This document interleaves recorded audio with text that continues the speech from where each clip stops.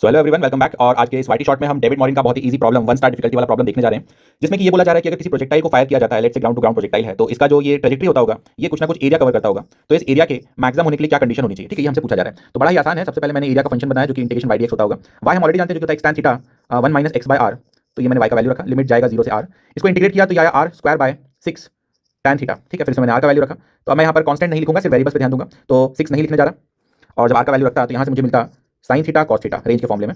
बाकी अगेन किसी भी कचरे को मैंने यहाँ पर नहीं लिखा है, सिर्फ थीटा वाली चीजें मैं लिख रहा हूँ। चाहो तो प्रोपोर्शनलिटी का साइन लगा लो। और tan थीटा को मैं लिख सकता हूँ sine theta by cos theta, ठीक है। तो ये प्रोपोर्शनल बना किसके, ये बना sine cube theta then cos theta, ठीक है। तो ये एरिया का जो फंक्शन है ऑलमोस्ट थीटा के टर्म्स में वो बना जा रहा है। और इसको मैं लिख सकता हूँ cos theta times 1 minus cos square theta power 3/2।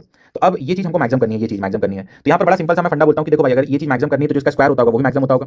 तो मैंने इसको स्क्वायर कर दिया सो दैट डिफरेंशिएशन इजी हो जाए। फिर मैं इस डिफरेंशिएशन को और आसान करना चाहता हूँ, तो मैंने कॉस स्क्वायर थीटा को पी बोल दिया, ठीक है। तो ये बना p इंटू 1 माइनस पी का क्यूब। अब ये चीज मुझे मैक्सिमम करनी है तो सिंपली मैं इसका डिफरेंशिएशन करूंगा। तो प्रोडक्ट रूल यूज करूंगा यहाँ पर। p का डिफरेंशिएशन हो गया 1 बचा 1 माइनस पी का cube, then 1 minus p cube का डिफरेंशिएशन होगा 3 times 1 minus p square time minus 1 और बच जाएगा p। तो ये डिफरेंशिएशन हुआ जो कि 0 होना चाहिए। देन ये वाले ब्रैकेट से पावर गई और यहाँ बचा 1 माइनस पी और वहाँ पर क्या बचा माइनस 3p इक्वल टू 0। तो यहाँ से p का वैल्यू आ गया 1/4। p आ गया 1/4 मतलब कि cos स्क्वायर थीटा आ चुका है 1/4, that means theta is equal to 60 degree. So ये प्रॉब्लम हमने सॉल्व कर लिया। मान के चलता हूँ प्रॉब्लम ठीक ठाक था, है ना। एक्चुअली एक बच्चा काफी समय से पीछे लगा था, सर इसका सॉल्यूशन चाहिए, सॉल्यूशन चाहिए। तो मैंने उसके लिए ये वाईटी शॉट रिकॉर्ड किया है। मान के चलते समझ में आएगा। मिलते हैं नेक्स्ट वीडियो में। All the best.